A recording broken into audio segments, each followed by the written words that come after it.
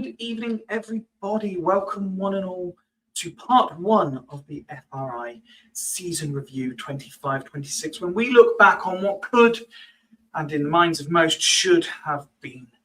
In part one, we welcome as many of your favourite fools as were available this evening to have their say on everything that's happened over the last 8 or 9 months, however long it's been. It feels a lot longer than that. As always, we are live on Facebook, on YouTube, and on X. So firstly, thank you for joining us, no matter which app you're joining us and no matter where in the world you are joining us from. But please do get involved in that live chat so we can get your comments up on the screen and you can join the discussion and the debate. A little heads up of what's to come for you over the next week or so. For those who have been enjoying it, we're hoping to do not 1 but 2 episodes of the Late Limp series as we carry on in season 2 over the weekend. That'll be tomorrow and Sunday, probably around 8 o'clock starts. Monday, we have part 2 of our season review. And for that, we give all of your regular Fools favourites a rest. Yes, I do allow them holidays from time to time. And we get the great and the good of STFC content creators all on together to field the questions as opposed to asking them. As it stands currently, we are due to be joined by members of LSP, OSC. We've reached out to Sam Mooreshead. We've got Joe Ackland coming on. Andrew Hall is scheduled to come on as well. So all of the big names all in one place. They'll be taking my questions. You can ask yours as well, and we'll be finding out what they've thought to this season. And then a week today, I've got to try and remember this schedule now. I did have it written down, but I've been out now. This time next week, we are joined by our first guest of the summer, the recently retired man behind the Robin, comes on to tell us all about mascot tales, I'm calling it. Every question you can think of about the famous Red Robin suit. That is everything in the next week. I hope that's enough for you. If not, then please keep an eye out over the summer because we have plenty more. But just because the season's over does not mean we break with tradition. I have an intro question, and it's a nice intro question. I want to start by setting the right atmosphere and mood. So what I'm going to be asking the guys when they come on, and what I'm asking every one of you watching, is what is something you have personally been complimented for? What have you been complimented for? For example, one of our fools has just disappeared. He does not want to answer that question. It's as if he's never been complimented. For example, my answer to this is I'm told that I give good hugs. So that is something I've been complimented for in the past.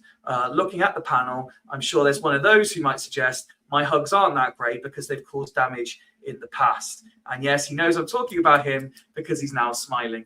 Let's see. James was nice and early on Facebook, sent a nice evening thumbs up and heart emoji.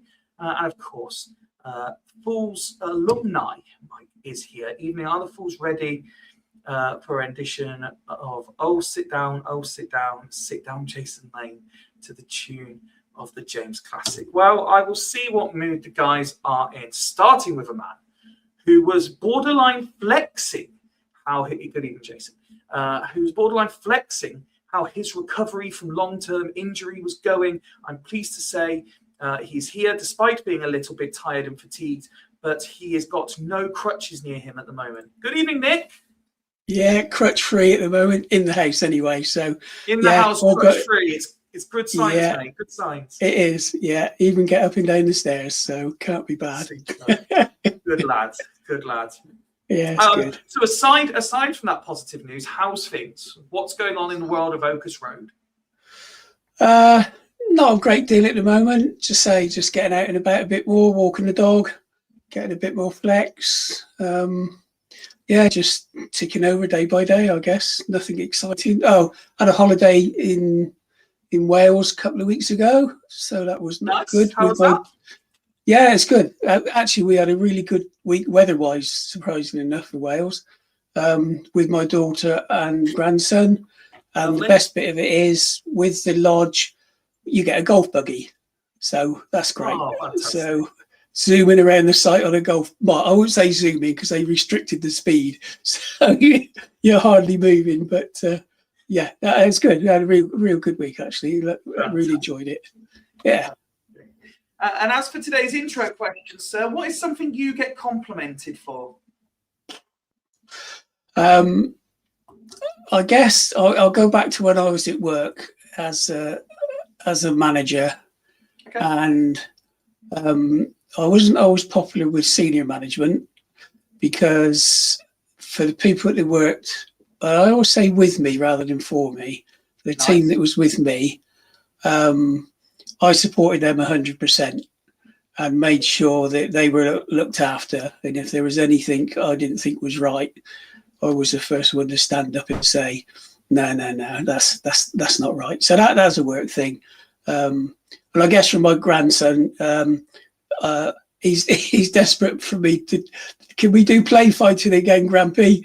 We haven't done any play fighting recently, so when's your knee going to be better? I want to do play fighting. So he loves a bit of play fighting. So I guess you could say that he would compliment me on that. And the question here, Nick, is: are you prolonging the recovery to avoid the play fighting, or are you speeding the recovery along so that you can play fight again? Yeah, we certainly enjoy a play fight, that's for sure. And having dying Emma going, just you stop it, will you? Because we do get carried away a bit. So yeah, it's good fun, but it's balanced with play fighting, and we sit down quietly and read books. So it's a good balance there, which is important. Well, next, let's introduce a man who has never done anything quietly. Good evening, Rich. Good evening. Sorry, I'm just sorting out my plans for tomorrow afternoon. Yeah, are we doing all good? Yeah, all good, mate. Thank you. All good. How's things in the Richie Rich 1996 world? Work busy, and yeah, just other things going on this week as well. I was at a recording of Have I Got News for You last night. I also went to go see my old youth team, Wombrah, on Wednesday night for their last game of the season. So that was really nice to go see some familiar faces there as well. So yeah, it's been all systems go this week. Yeah, and just planning my weekend for tomorrow. Well, yeah, for tomorrow, I guess. Yeah, but yeah, no, all good. All is good. Good. And as for the intro question, what is something you get complimented for? I always get complimented for having good snaps. So when I go like that, yeah, it literally always seems to come off like that's such a lad thing. I was actually watching an Instagram reel about 10 rules that lads live by that no one can explain, and it's essentially if you give the perfect high five or a properly firm handshake, people will always compliment it. Yeah, literally. Yeah, so all the time. Yeah, I always get complimented for good snaps. Well, that's good for you, mate, because I'll be honest, in this modern era that we live in, I'm always that one that's in the balance of are we going for like the high five and maybe the little shoulder tap, or are we going for the fist pump? There's times when that happens to me too, but yeah, no, majority of the time, hopefully I get a good snap that comes off. So yeah. The other one, Fife, is it a normal handshake or is it a? Oh no, I hate that. Do you know what, Nick? I hate that though. So like you either do one or the other. Okay. Yeah. I'll either go out and do your traditional British handshake, but I don't like this. Traditional British handshake. Yeah. But I don't like it when you snap and then people turn into that. No, that's not right. That's a big no for me. It's a big no. I know do a couple like of the people that idea do though that when Rich goes globe trotting, he pulls out like the Spider-Man style handshakes where Tom Holland and the other actor are doing the whole fucking up down slide up. Fantastic. Well, we do have another fall already in the lobby on a night which promises that there are maybe a couple more dipping in and out throughout the evening. Someone else who is always ready to offer an opinion was definitely not missing the season review episode. Good evening, Woody. Gary. Gary. Very well, thank you, mate. How about yourself? Yeah, not too bad. You made a really good point about how long the season's been. I decided to go, right, I'm going to try and, when we get to it, divide the season up somehow. And I literally can't divide it up because I go, oh, that was a good period. And nope, that was shit. Oh, no, that was a really good period. Nope, that was very quickly went shit. So, yeah, I'm not sure what I'm going to do with that segment. But yeah. We were talking the other day, weren't we, about how it definitely feels that this year more than any other year feels like you had 2025 and 2026 were two different seasons because it just was chalk and cheese. Yeah, I think that's a very, very valid point. I just think that I was talking to somebody at work, and as most of you know, I work with a lot of Oxford United fans, and I was at work, and I was saying the one thing that kind of irritates me is how bad we probably look as a fan base, given the fact that we spent 90% of the season in the top six, and we're still really pissed off. It's like, so one of the guys at work said, "Is that just an arrogant fan base?" And I went, "No, it's not. It's a fan base that have just gone through so much pain that we thought we were finally getting towards the end of that pain, and then basically just got shotgunned in the face right at the end of the season." So, yeah. Well, this episode is a time for reflection, and I know I haven't asked you your answer to the intro question yet, Woody, but that is to come in just a moment, because in this time of reflection, it's time for the moment that you were promised on Monday, and I nearly completely forgot. So this is why, whenever I say that I rely on this young man for his tactical nous and his football insight, this is why, because as of the end of this season, we've joked all year about Holloway's 1,000 games. I have, ladies and gentlemen, Woody's stats. That's what I'm talking about. As of the end of this season, Woody has coached 493 games. 383 of those are as a manager. In those 493 games, he has a win rate percentage of 59.43%. The question that was 70% before this season. This season has seen the most amount of losses. However, if you take just the 383 games as a manager, his win percent is 60.05%. This man is a machine. He knows what he's talking about, and people need to start taking notice. There you go. I would never forget that day where you said to me, "You don't surprise me that you keep a track of your stats." Oh, not in the slightest. Because A, I know how much pride you take in the job you do, and B, I know how much you love a spreadsheet. Yes, yeah. That is a spreadsheet that's seen many Microsoft Excel installations. Because, and the thing is, when we started, we would always say about Woody's commitment and loyalty to a team. He has every single year the club he's been at, and you just see how it just stays the same, but the role has changed. And then eventually he moves on, and then the role changes, and then it's class. Honestly, I got a peek at this spreadsheet. It is a thing of fucking beauty. Rich, are you? And I know I still got to come back to the intro question, Woody. Rich, are you inspired by this to have your full coaching CV laid out? Do you have all this information? What's your win percentages? I mean, to be fair, my win percentage as a manager at Womber was pretty good, to be fair. Especially that one season where I think we lost 2 games whole season. So and I think that was during the COVID season as well, or around that as well. I can't remember exactly, but I think my win percentage was like 80 or something like that season, or something like that. I can't remember. But I don't particularly keep track of my stats. And plus, it's been 3 seasons now since I've been away from Womber as well. So, and plus, they were only under 10s. I reckon. Well, I've always said, so somebody asked me that question once. They basically said, why do you keep a track of every, like I've kept a track of every game and all the way back.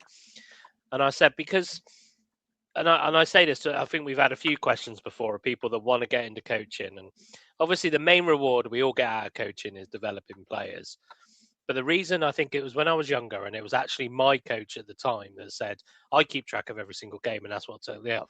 Because every now and then, when you're having a shit season or you're having a shit time, most grassroots coaches, if you're actually good and you're passionate about what you do, your win rate is going to be good. You know, like I don't want to over glorify my figures, but that is essentially what it's doing. You know, but it is good to reflect on when you look back and you go, actually, and also I also do it because I'm always forgetting. I've been telling people for the last 5 years that I've been coaching for 15 years, and it turns out I've actually been coaching for 24 or whatever. So it also just a little reminder that I've actually coached a lot longer than I thought I would. But it is crucial stat that I missed, by the way, and we're not counting Mickey Mouse aren't true ones like summer tournaments. This man has overseen 8 trophies as well. 8 trophies. Incredible. For a while though. I'm like Ian Holloway. I'm literally Ian Holloway. I had all of my success in the early years. And then you just need to shave your head now, Woody. Yeah, that's it. Yeah. Shave my head and get some even dodgier outfits. You're just building up for the rant, aren't you? Yeah. So now that you've got the Holloway hat though, haven't you? I have actually. Yeah. So now that I've highlighted all of this great stuff, what is something you get complimented for, Woody? Not my win rate. Well, it was quite funny when you went. Like Nick's was a very good, sincere one. Rich's was as well, really. And the first thing that came to my head was people always used to say I had nice calves. So that was the first thing that came to my head. Fifey, I'm surprised you haven't had that compliment, considering you only go out in shorts. I have had people have commented on my calves before, yeah. Oh, they have. Oh, fair enough. Yeah. I think that's probably. You mean these beauties? Oh, yeah, them. Yeah. That was on a lack of potassium day. That as well. Look at that. But yeah, no. I've always, for a big guy, I've always been quite, I guess, fortunate with my legs. The reason for that is, mate, is because we, and I say this with got a lot to carry. That's what you're going to say, innit? Yeah, it's because we have to carry the weight. Yeah, that is true. I was always told I got rugby man's legs on a football man's mind, but it's no, but that's to be fair, that's the only thing I can think of, to be honest. Don't get complimented much else. You don't get complimented at work when you're HR. No, definitely not. Do you know what? That's a lie, actually. To be fair, that's not. I have been told a couple of times, especially in this job, that for HR you're all right, and I'm taking that as a fucking compliment. That's a massive compliment. That's massive. Have you not been complimented for firing people? No. Okay. No, today we were talking about load of lever stuff, and we on our new system, and basically the payroll person said, Woody, get that as your shortcut on the payroll system, because that's all you seem to be doing at the moment is firing people. So yeah, which could be a compliment. I don't know. It could. It's not, but it could. Please do keep letting us know things that you get complimented for. It's an interesting comment you make there, Chris. I'm going to circle back to that in a bit, because we're not looking forward at the moment. We're looking back to, as I said, what could and perhaps should have been. When we all got together, 9 months ago, and decided what the league was going to look like, certain predictions were made. Swindon Town were going to win the league. They were going to win every game. They weren't going to lose a single game in midweek. And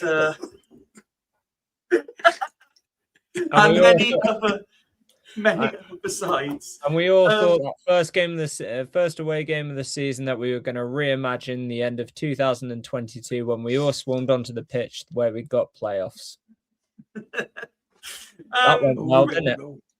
Rich, I'm going to start with you. We obviously ended the 24-25 season in really good form overall. You know, that January to April/May period was largely very successful. Pre-season came along. We didn't seem to, at least I don't remember us doing any of the shit nonsense that we'd done before, like had a pre-season friendly that wasn't a pre-season friendly with Bristol City, where half of their players were actually our players. And, you know, we actually did normal football club things. We signed players that made people think, shit, we're actually trying here.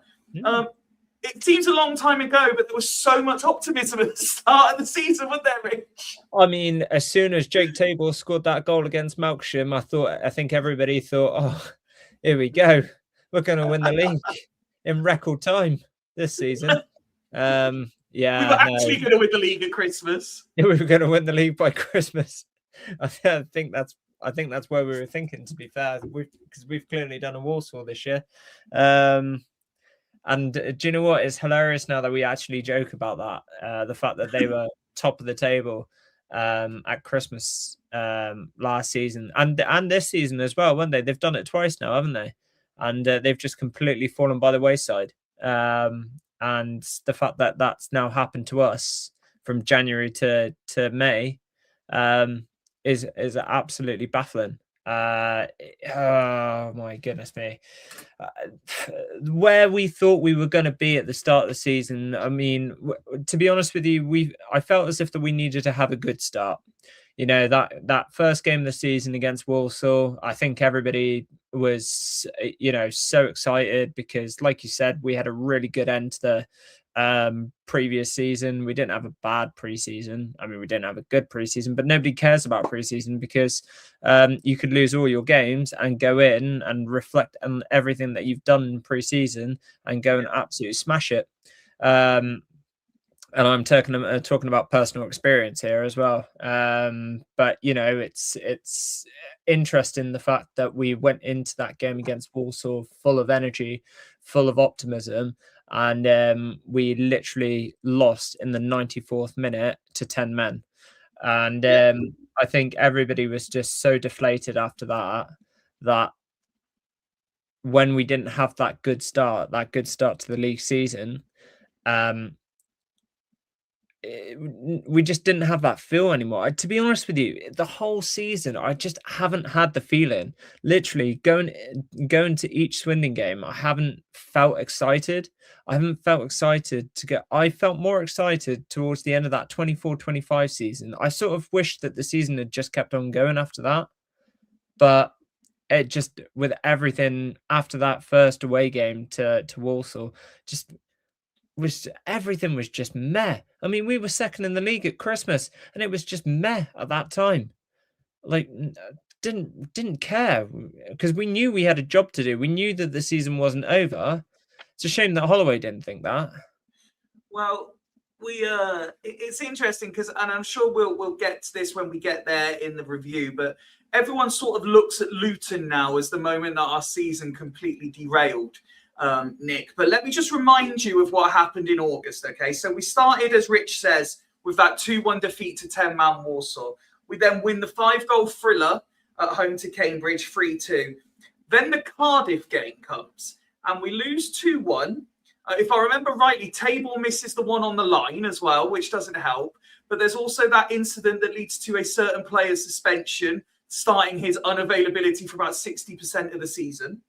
Then we get a 2-1 win away at Oldham, which wasn't as easy as perhaps some people thought it was going to be, before the midweek curse that Woody put on us came into early fruition. A 2-0 defeat at home came very quickly after that. And then Shrewsbury, a win at home, 2-1 the following Saturday. And then the game that everyone identified as this is where our season begins, Nick. 3-0 away at Crewe. Before September comes along. So it was a mixed bag that opening month, wasn't it? Yeah, it was. I was just looking at the results now. In our first 12 games, we won 8 and lost 4, if I've got that right. No draws in there. And no, we didn't draw for months. Yeah, and the worst thing of that is the latter part of the season, the last 12 games, we won 3 and drew 5. And you can argue it's those 5 draws that killed us. So, but the season stat-wise doesn't make any sense whatsoever. Because statistically, we're not much worse than any of the top 7 in certain areas. It's just absolutely crazy how the season panned out, and I advocated, as people know, all along that we will win the league, and with how we were started and with the team that we had, we should have absolutely killed that league without any shadow of a doubt. I don't think there are, say, all the teams the top, well, I suppose you've got to say the top 9 now, were all much of a muchness. Teams lost a lot, won a lot. I think there's only 3 teams in the top 7 won more games than us, which is crazy. The stats just kill you, and I know you can do anything with stats, but yeah, just I think picking up on Rich's point, from January onwards, I agree with what he said, that there was no excitement, no feeling that this is, we're going to really crack this and let's go and enjoy it. It was difficult to watch. There was no, and you can argue all you like, it's come from the top that's killed the atmosphere of the club. It's as simple as that. There's total disconnect, we said many, many times, between fans and the hierarchy of the club, which, Sit down, boys. Again, from there, from the bits I've picked up from the forum, they just don't understand. I mean, they must be so freaking thick that not to understand that and not to read the room. And that's what's killed it for me. And at the moment, I'm glad the season's ended. And will I go next season the way it is at the moment? Doubtful, to be honest. I'll just pick the games that are on the TV, which is sad. I can understand that. I can understand. And you're not the only one with those sorts of feelings. Woody, if August was mixed, September looked like takeoff had firmly happened, because there was only one blotch on the copybook, as it were, and it was one that we would begin to feel regular. September saw victories over Reading, Barrow, Harrogate. Who else we beat? Bromley. Newport was October. But just that one solitary defeat in what is now a traditional 3-2 loss to Salford. Yeah, and I think with the mix that came in August, I think because there was still that high level of optimism at the beginning of August, even after the Walsall loss, which is strange that you can still beat a team when you get a player sent off in the first half. But I think that probably we still had that bit of optimism that there was that still positivity going into September in the fan base, which surprises me, because I'm pretty sure it was early September that was the first pop from Holloway at the fans about chanting being near the top end of the table and going up and all of this kind of stuff. But yeah, I mean, it was a positive September, and actually when you think about it, the wins like the win against Bromley, things like that, because I can't remember where Bromley were at the time, but I'm pretty sure they were definitely in the top 6 at the time. And then I think I was trying to work out whether that was what actually changed Bromley's season in terms of getting them rising higher. But yeah, I mean, it was a positive September. I think it was probably the game where we had the month where we had the least amount of games, with the exception of postponements. So yeah, it's there was brimming positivity. I still think in the fan base, and like we said, the magic game of Crewe away had already happened. The mythical Crewe away. Yeah, and I mean, I remember that Bromley game at home, wasn't it? I don't really recall us playing too well in that game either, but it was one of those games where we knew that Bromley were kind of sneaking up and doing all right for themselves. So it was probably just quite important we got the result. And also it was a good reaction after obviously losing to Salford the week before, because we've always said, haven't we, that we're not going to win every single game. Let's be totally honest. As much as I sometimes might have said it pre-season, but realistically, if you do lose a game, you want to see a reaction, and a win is the best reaction.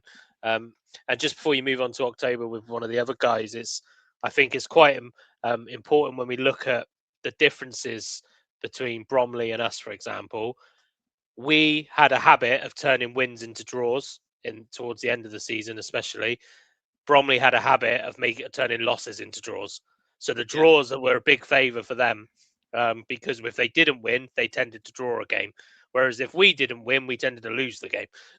So I think that was kind of probably for me, the summary of the season, the difference between us, because I think our points tally was actually not too bad in comparison. I think it would have taken us up last year if it was last year's league. I think our points that we finished on gets us in the playoffs every other year but one. Every other, yeah. So, but September was, I think we started to see a dip in performances, but we were still grinding out those results. I think we only kept one clean sheet as well. So obviously the defensive frailties were still on show. But I think we still saw a little bit of, we're playing a lot of this, probably a bit more attacking football. We were quite direct. We scored quite a few goals in September. And it was, I think, I seem to recall kind of going, well, it's working at the moment. We're not playing terribly, not as terrible as we ended up playing, but we're winning games, and we're winning games relatively convincingly. So, yeah, that was probably how September laid us.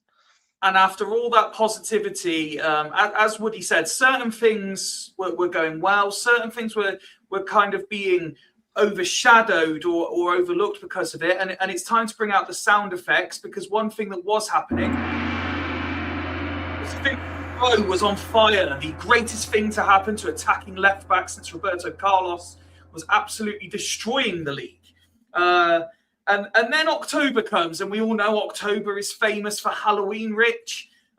It started wonderfully with a 1-0 win away at Newport, a game I'm sure you remember well. Yeah. That was very quickly forgotten about, though, because we got absolutely dicked 4-0 away at Accrington. Wham couldn't be any more apt than for Swindon's performance that day. A 2-2 draw with Notts County suggested that might have been just an odd game. Then there was the 0-0 with Colchester before, again, the game that seemed to anger so many Swindon fans, considering 85% of the fan base said before the game they didn't care. October concluded with Swindon Town 2, West Ham Kids 3.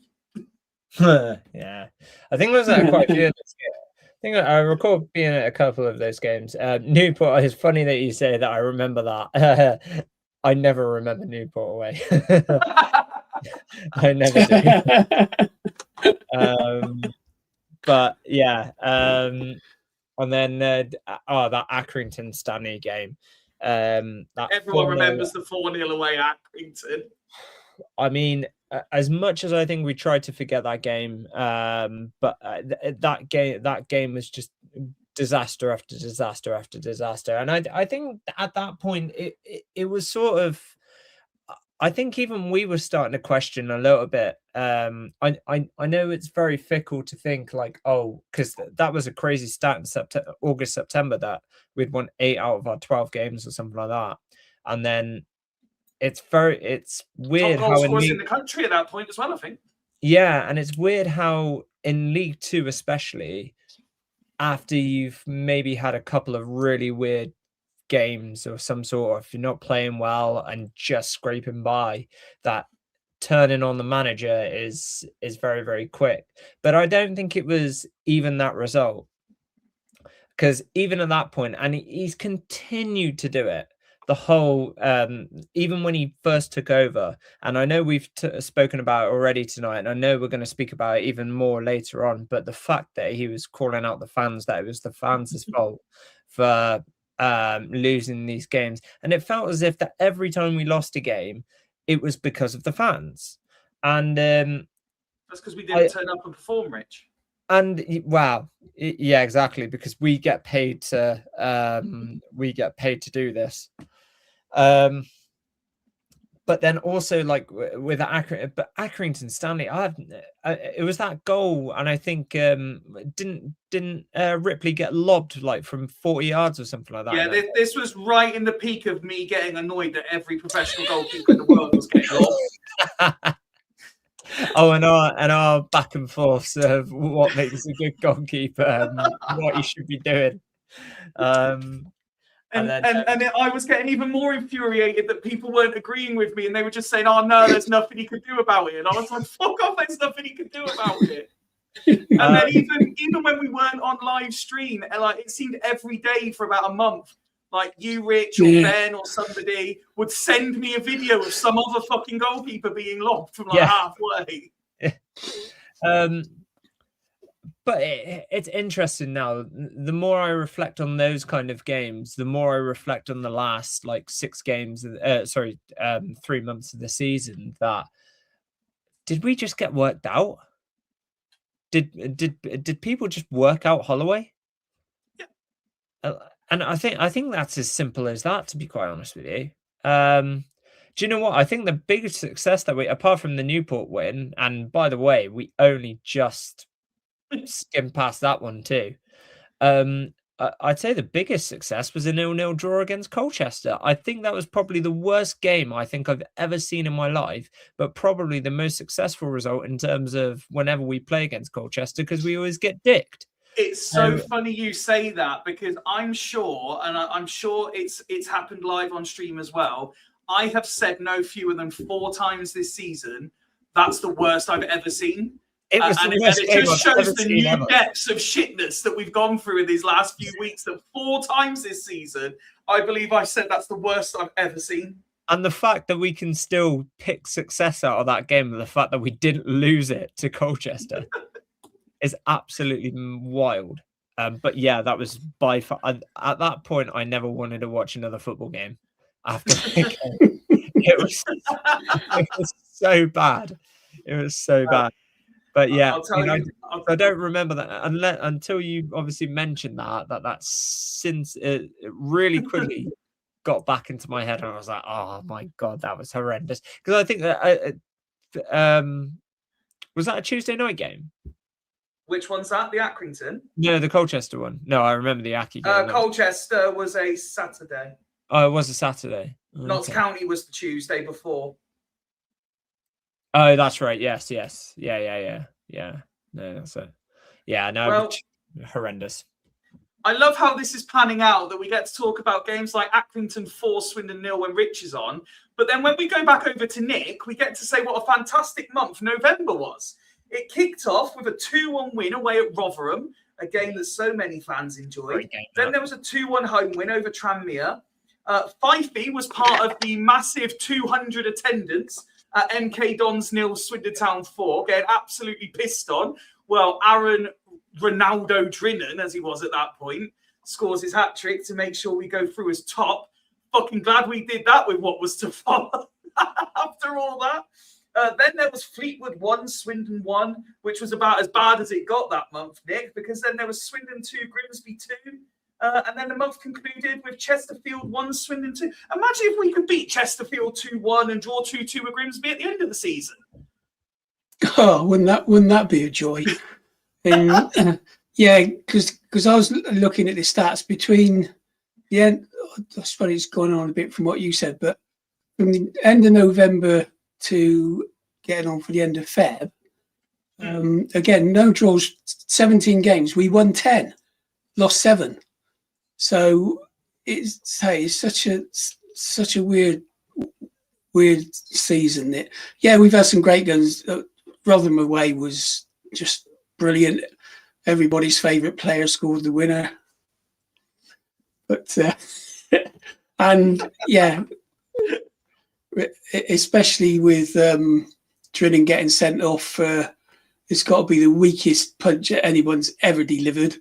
Which was just crazy. So we were on the other side of the pitch, so didn't see it until you saw it on the TV afterwards. It was like, oh dear, why? I mean, the bloke must have said, God knows what he said to him, because there was no bad tackle, there was no crunch or anything, and Drinnen's on the floor and just goes off. Great, well done. But that was good. At that point, that's our second needless disciplinary issue of the season in the opening 3 or 4 months, wherever we are at that point. Yeah, we haven't been great on that score. And that would be great. Fucking understatement of the season. To be fair, And I he's was hoping in. when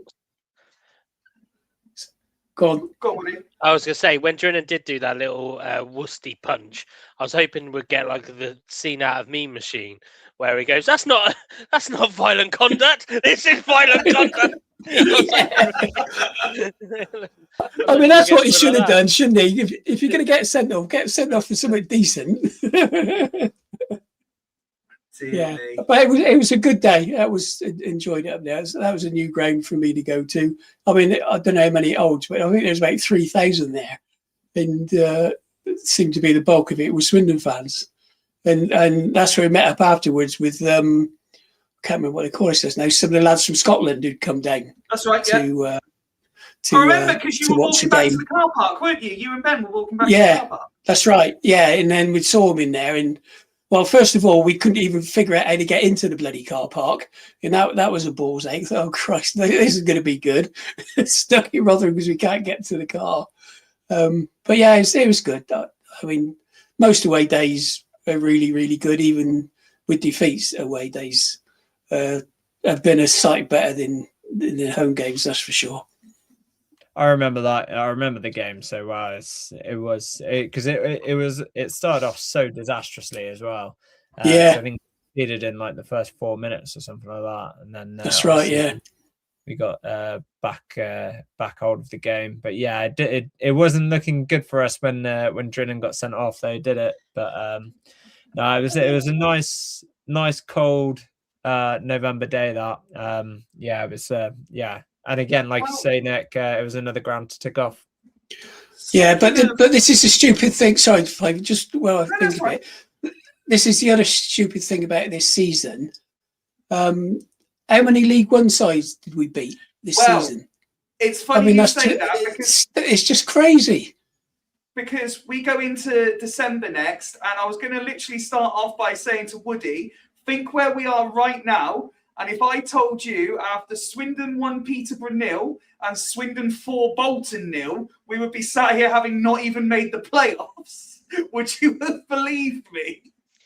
No, I wouldn't. And absolute fucking shambles from that point on. Yeah, and then obviously, to be fair, December wasn't a terrible month when you think of the games we had in that. No, month, you know, like I mean, Cheltenham was a disappointing loss. Bristol Rovers obviously a very good win. Another sending off. That's where Trinan got a random yellow card for celebrating, wasn't it? Yeah, and then got another yellow card. Crazy. Another yellow card for being pushed over. I was right in front of that dive as well. And then because it was never a fucking dive. It wasn't. That was my really pissed off moment of that season, I think. And then obviously the win against Crawley, the standard loss on Boxing Day away to standard Boxing Day loss to MK. And then obviously we got the revenge that we wanted on Cheltenham at their place, which I can't remember. Rich will correct me, but was it like our first? No, because we beat them with Kennedy, didn't we, at Cheltenham as well? Yeah, we did. Yeah, we did. Yeah. So the season before was the first time we done it, and then we went back to back, didn't we? Yeah, that's right. Yeah. So, but yeah, it was an interesting month, December, because like I say, when you look at the caliber of fixtures that were played, to walk out of there with only 2 losses and 4 wins and an advancement in the FA Cup, when we finally realised that the FA Cup does go past the first round, and obviously the win against Peterborough, but not only just wins, we're talking clean sheets against League One opposition as well. So, but yeah, a very, very positive. And again, I think this was the last month where we were England's top goal scorers, wasn't it? In terms of, I think it was after this month that we lost it. But I know we joke, Woody, that Crewe away is the unicorn game that everyone refers back to, but that Bolton game, is it fair to say that's the last game Swindon actually played really good for the rest of the season? Probably, because I wasn't there. I wasn't at the Bolton game. But yeah, so I think the games that everybody seems to remember were Bolton I wasn't at, Crewe I wasn't at, and Rotherham I wasn't at. So you lot may think you've had a hard time. I haven't seen a single fucking good performance this season. But yeah, it's.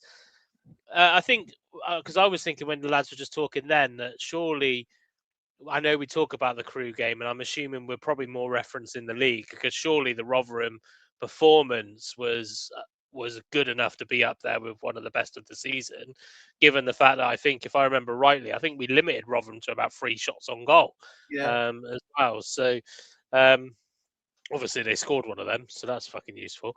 But it's I think it was that December period. Then there was that too good to be true, which you're going to go into in a minute, in January, which I do see as the downturn of our season, the major downturn, because then we started playing badly and starting to lose games as well. But December, I was satisfied with December. I was very confident. I kind of count the New Year's Day game as December because it's a festive period. I think I was one of those that was quite confident about us playing Gillingham on New Year's Day. So December, it looked like we were right. We know we're probably going to lose Magic Monroe. We know that we're probably going to lose a couple of players, or we thought at the time we might lose a couple of players. And Drinning was going to be sold for £1 million, remember? Yeah, and I think all of us, because of how good we all thought August was, I think we generally thought, do you know what, January's not going to be too bad. And I almost expected a star signing. I think I remember saying in December, we will make another marquee signing in January, which obviously never occurred. But yeah, and then January happened. Just before we move into January, because as I said in the intro, the 2025 portion of the 25-26 season was largely enjoyable. And when I think back to other moments and key moments, I'll never forget being part of a 50 people crowd at MK Dons away. That was fun for all the wrong reasons. Obviously, as we spoke about the other day, Tranmere at home was a Fool's Heavy weekend. We had our anniversary live show on the Friday night. We beat Tranmere on the Saturday. A few of us went and watched Swindon Women win on the Sunday as well. That was good times. There were so many, Drinnan was scoring goals for fun. Swindon were doing things that Swindon don't do. They were getting players like Kilkenny and Drinnan to sign what can be considered long-term deals. And again, I'm sure it'll get referenced in a bit, but the curse of the 2.5-year contract seemed to be that form just fucking completely deserted people after they put pen to paper. But it was again, Rich, I kind of ask you the same question as I did at the start of the season. We get to Christmas, and other than a couple of iffy results here or there, we're thinking 2025 has been fucking brilliant. This is on this year. There were genuine conversations that we were going to get an FA Cup third round game. We could win a trophy and win the league. Yeah, no, absolutely. We all thought I know we lost against Salford earlier on in the season in regards to the FA Cup game, but I think we genuinely thought that given the run that we've been having, we could beat anybody right now. And I genuinely thought that we were going to go into that game thinking that. Now, can somebody correct me if I'm wrong? Was that game before the Luton game? Salford? Yeah. Yeah. It was before one of them was. No, Salford was after Luton. Oh, wait, no, sorry. It was Luton, Salford. Yeah. Right. Okay. Yeah. So I think when we got that draw, obviously everybody was deflated because we wanted a plum draw in the third round, but we all I remember everyone being so pissed that we got Salford. So annoyed. But then also at the same time, though, I think we all thought, yeah, that's it. That's we can win that fixture, and then we're into the fourth round. Happy days. Then we can get our plum draw against Manchester City, away to Manchester City, might I add. And then Luton happened. We would beat them at that point as well. Yeah, and then Luton happened, but just before that Salford game, and we all thought, brilliant performance, absolutely fantastic. And unfortunately, it got overshadowed by a load of controversy, which then ended us getting kicked out of the tournament, and then Luton getting reinstated and going on to win the tournament. Just out of interest, just taking a sidestep for a minute, Rich. Yeah. it's kind of a cliche, but typically people say if you're going to get knocked out of competition, you want to get knocked out by the winners. When you look back on that, are you happy Luton won it, or are you a bit pissed that Luton won it? Because we were unbeaten in the knockouts in the fucking competition. The thing is, we didn't actually get beaten by the winners, though. That's the thing. It's I don't know. I still don't know. It's like going into the final. Did you want Luton to win it because they replaced us and they were essentially playing as us, or did you want Stockport because I fucking hate because anyone but Luton? Yeah, I fucking to be fair, I hate Stockport anyway. So I was quite glad not to see them win it. I'm gonna phrase it as that. I was glad not to see Stockport win it. But yeah, I think that's all I'm gonna say on that. Because I wouldn't say I'm not gonna say I was pleased as punch to see Luton win it. Well, I'll stick with you, Rich, because we've already started going through, but there was the New Year's Day game that Woody mentioned. Yeah. Win over Gillingham. Yeah. Then we went midweek. We had a week's rest, sorry, but it was a midweek game. We beat another League One team. Yes, we might have cheated because that damn stinking portal, but we won that game. Then in the space of a couple of days, we essentially lost 6-4 to Salford over 2 games. Yeah. Because, hey, we can only lose 3-2. There's no other score in the world. And that started a derailment because we then also lost to Bromley 2-1. We also lost to Notts County 2-1 before finally picking up a result again, 3-1 at home to Barrow. But I know they were in different competitions, but realistically, those 4 successive defeats started to really show, as I think Woody mentioned earlier, the cracks were starting to appear. But also that was the time when Clark was serving a suspension as well, wasn't it? So then when Clark served a suspension, that was basically all of December and January. Yeah. And then by the end of January, we lost what seems to be our Lord and Savior now. And the person that literally single-handedly got us to the position that we were in up until it all, like you say, the crack started to. Will Wright stayed at the club, mate.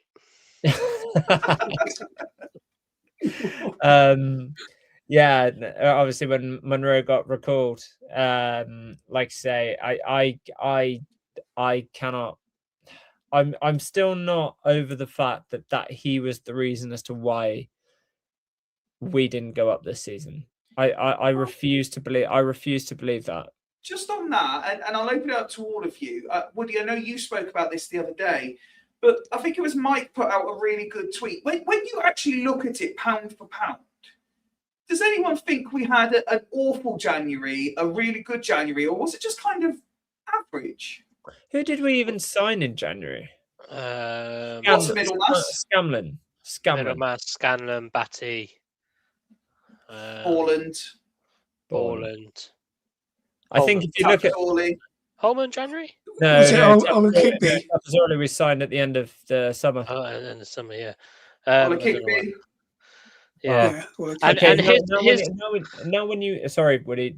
Now that you mention those names, yeah, it was. I think January was a failure. But I don't think it was as much a. I don't think it was as much a failure as it's been made out to be, though, because Junior Hoyler. Holman and Hoyler, yeah, of course, yeah. Well, Junior, wow, that was a shit signing, that, wasn't it? But here's the thing. Only on reflection, though. On reflect. Oh, yeah. When we signed him, we thought, oh, yeah, fucking hell, great signing there. But yeah. I can't remember if February was coming round to me. I think it might have been Nick for February. Was it Fifey? Yeah, Nick gets the season of love. All right. So I am just going to mention one thing though. We got to bear in mind that when you lose a key player, right? You would think you would see an immediate downturn in results.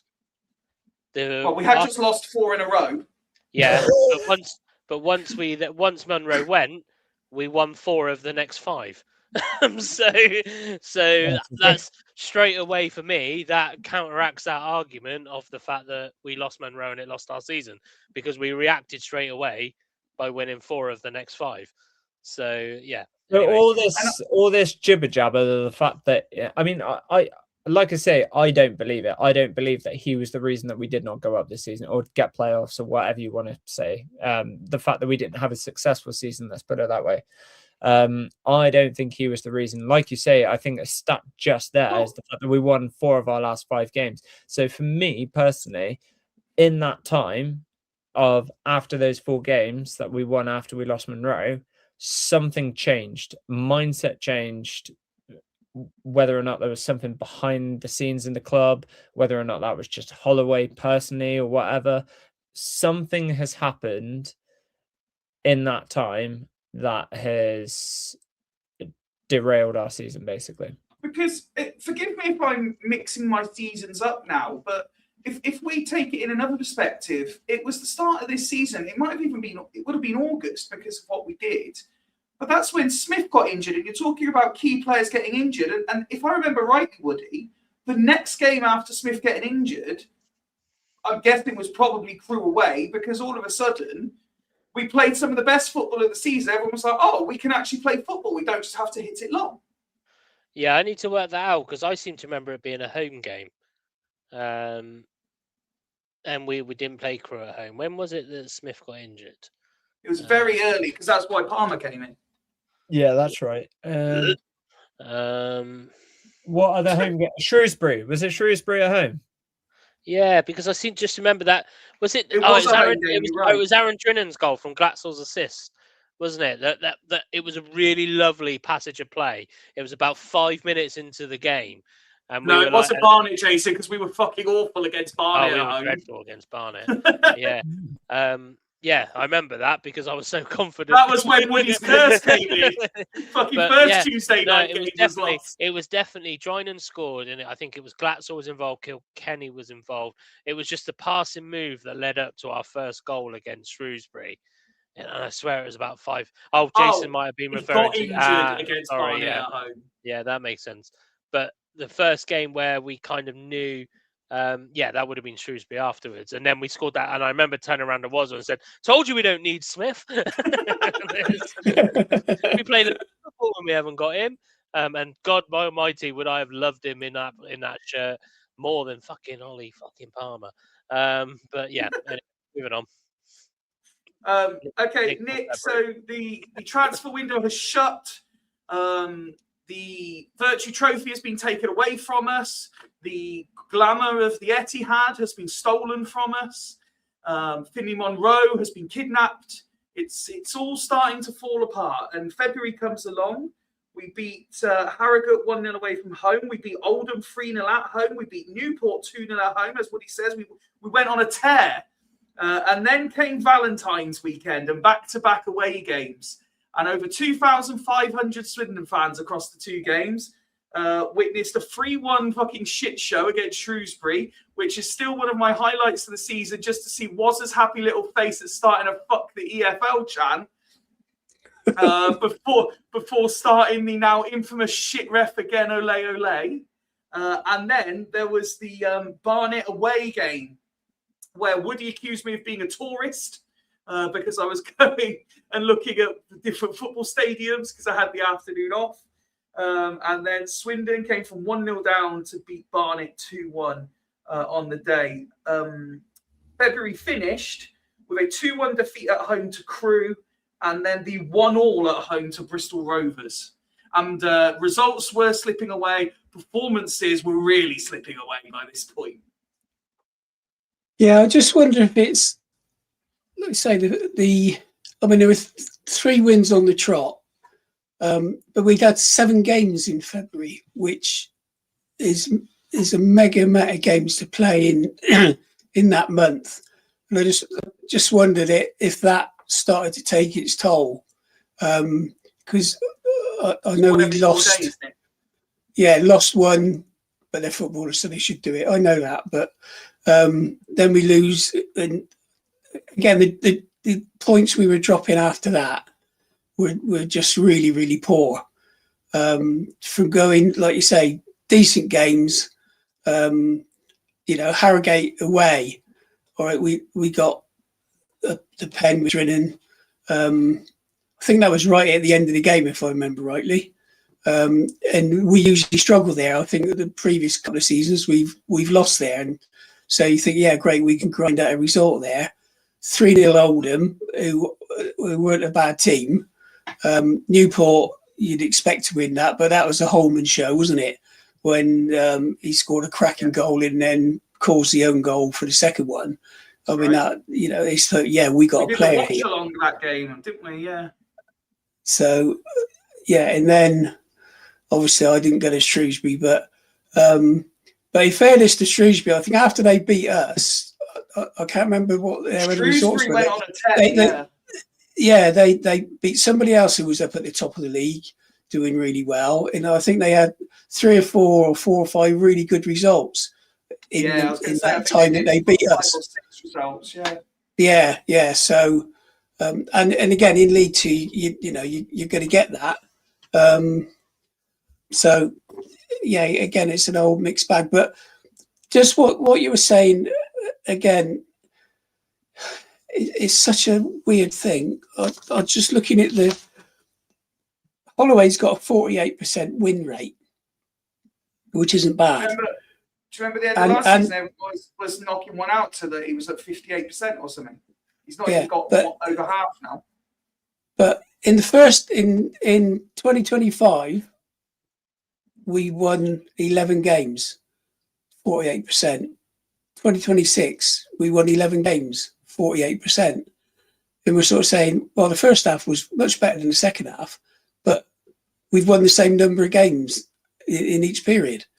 So I think it's partly to do with we had wins over local rivals, we had wins over League One sides. Whereas no, I'm just on League.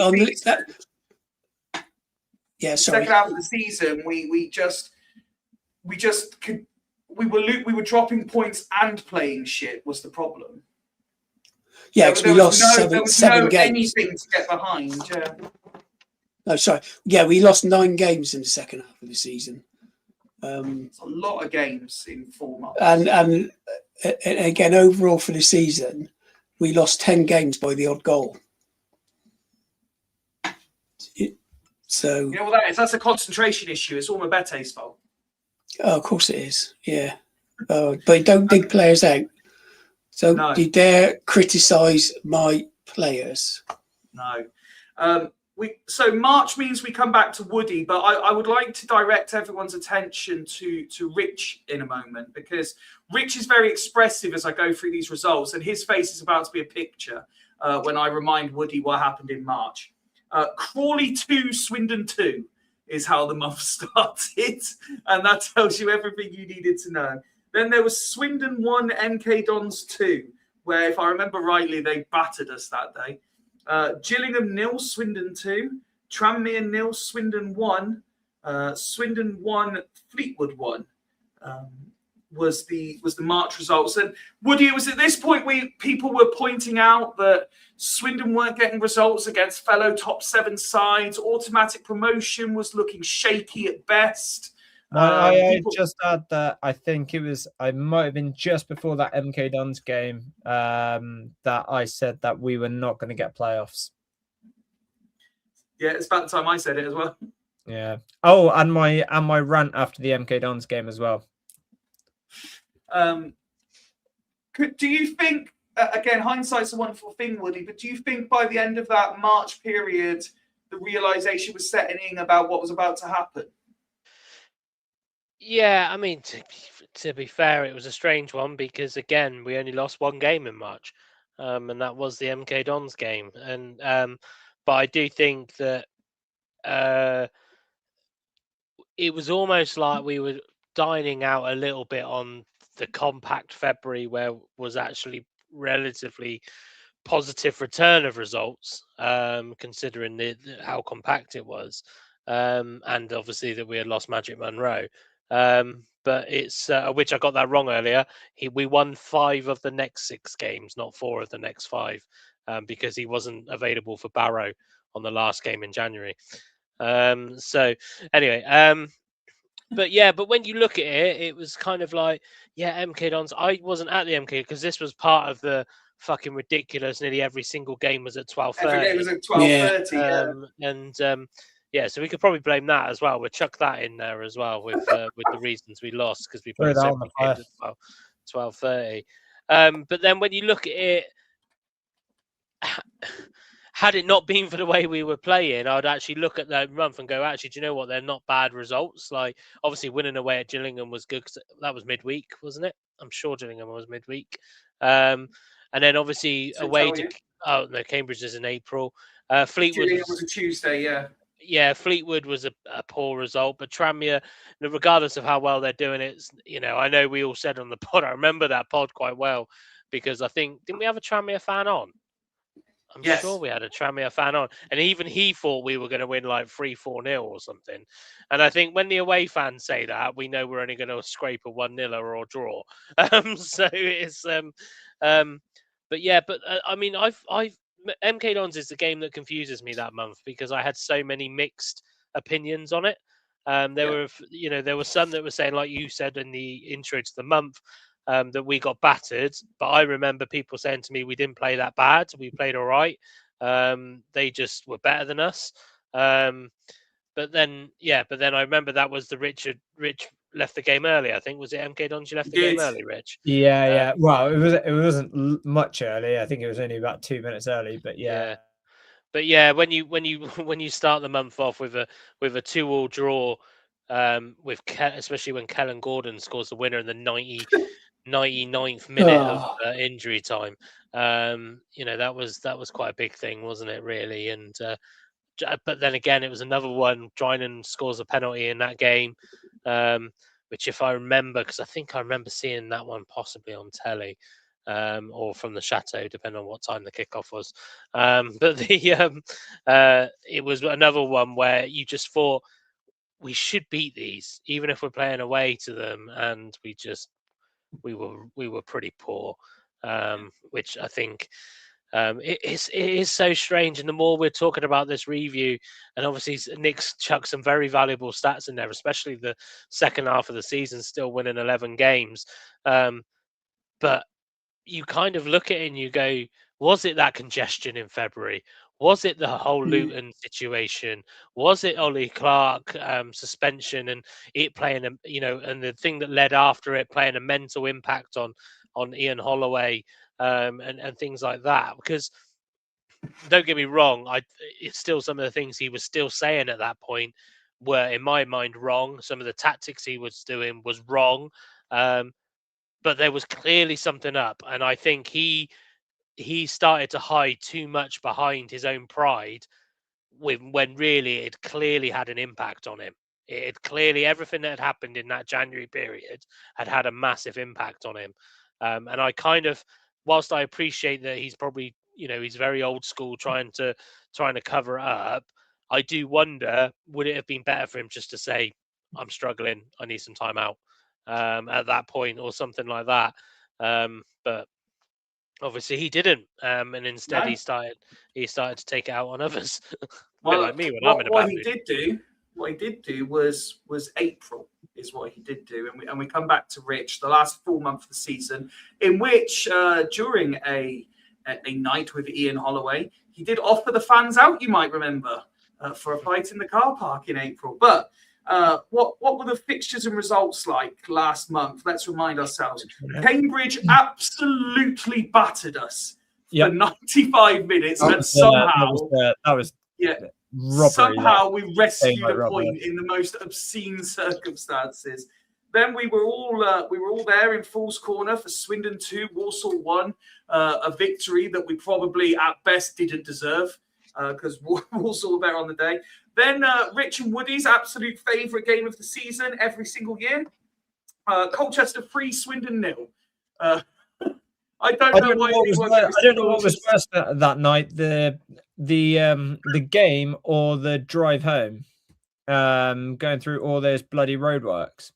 I'm not If- sure if- I'm not sure what was worse. I mean, I think they both complemented each other, to be fair. But Well, yeah, maybe I can help you with this, Rich, because if those 3 games and those roadworks weren't bad enough, we also had Swindon Town 2, Accrington 2, the 95th minute equaliser, thankfully it wasn't that game.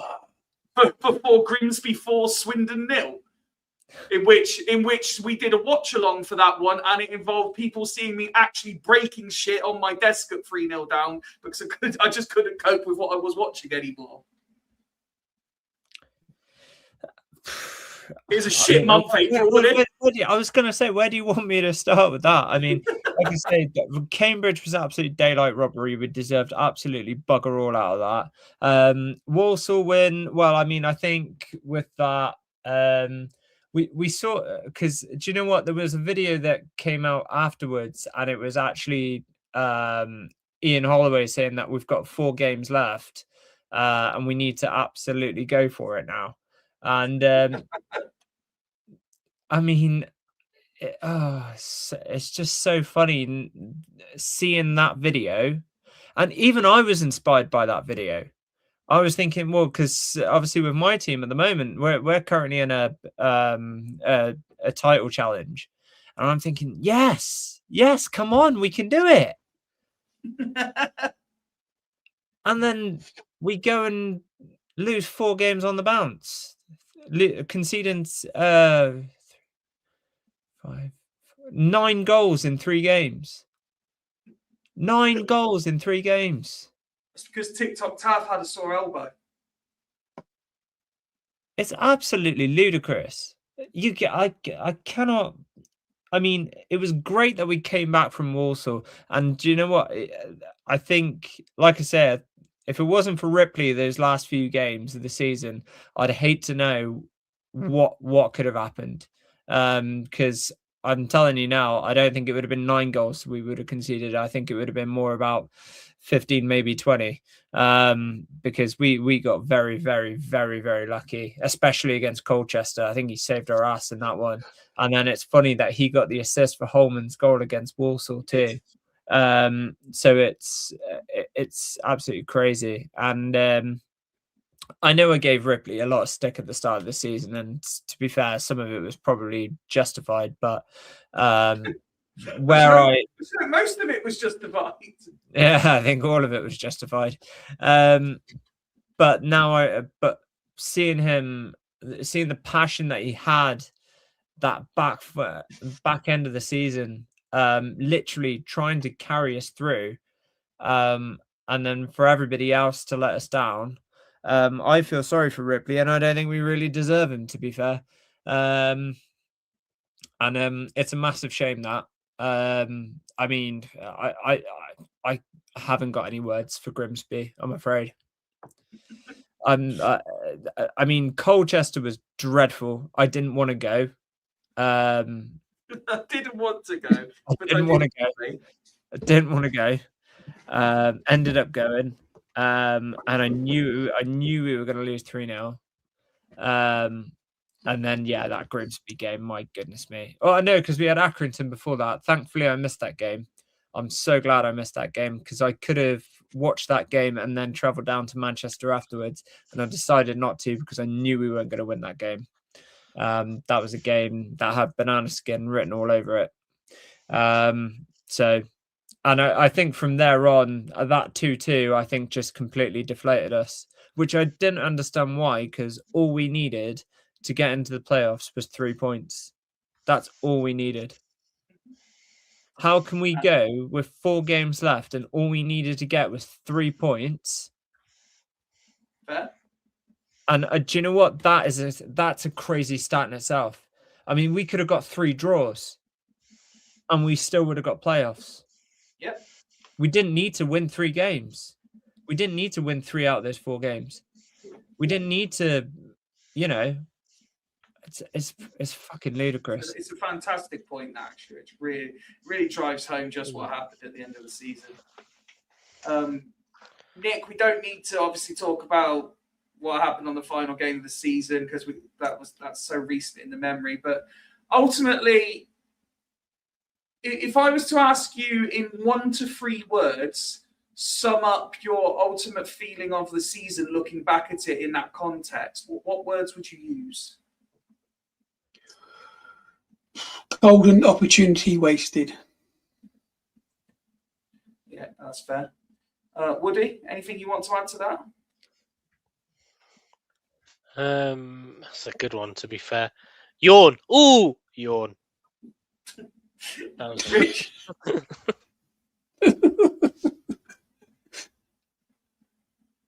Me. Yeah. Ultimate failure. That's a Period. We will do perfect.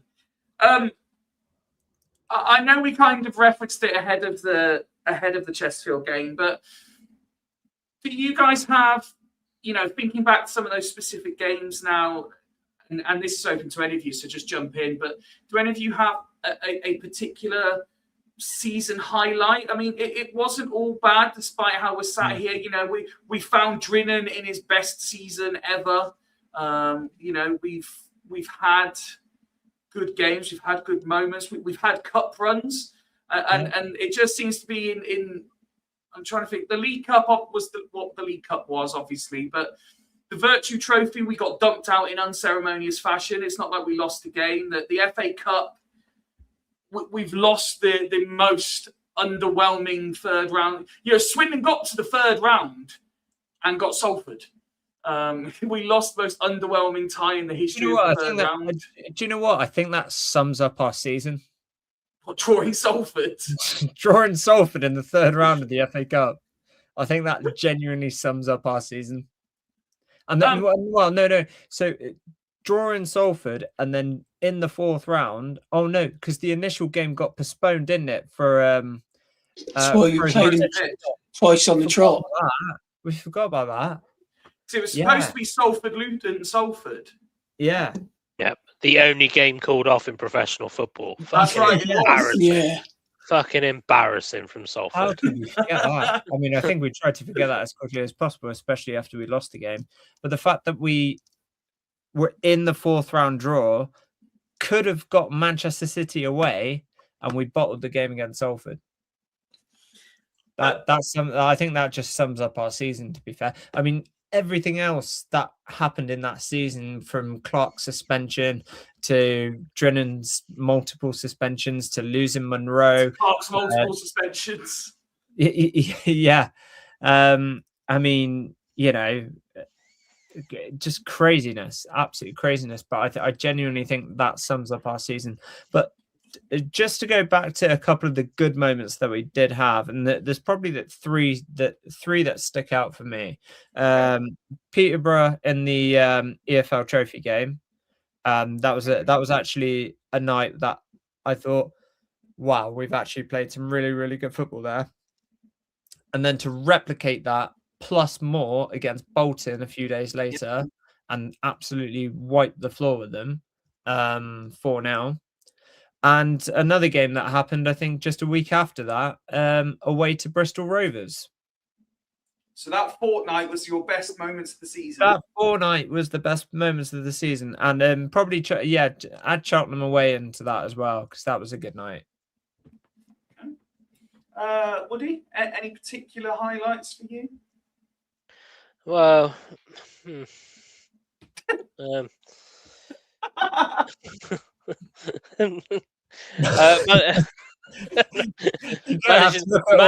managing to get back from Mallorca to watch us scrap a 2-1 win against Walsall. Oh, the cheer when you walked into the stadium! I got a bigger cheer than the goal. Do you know what? Like, you were so tanned then as well. I was.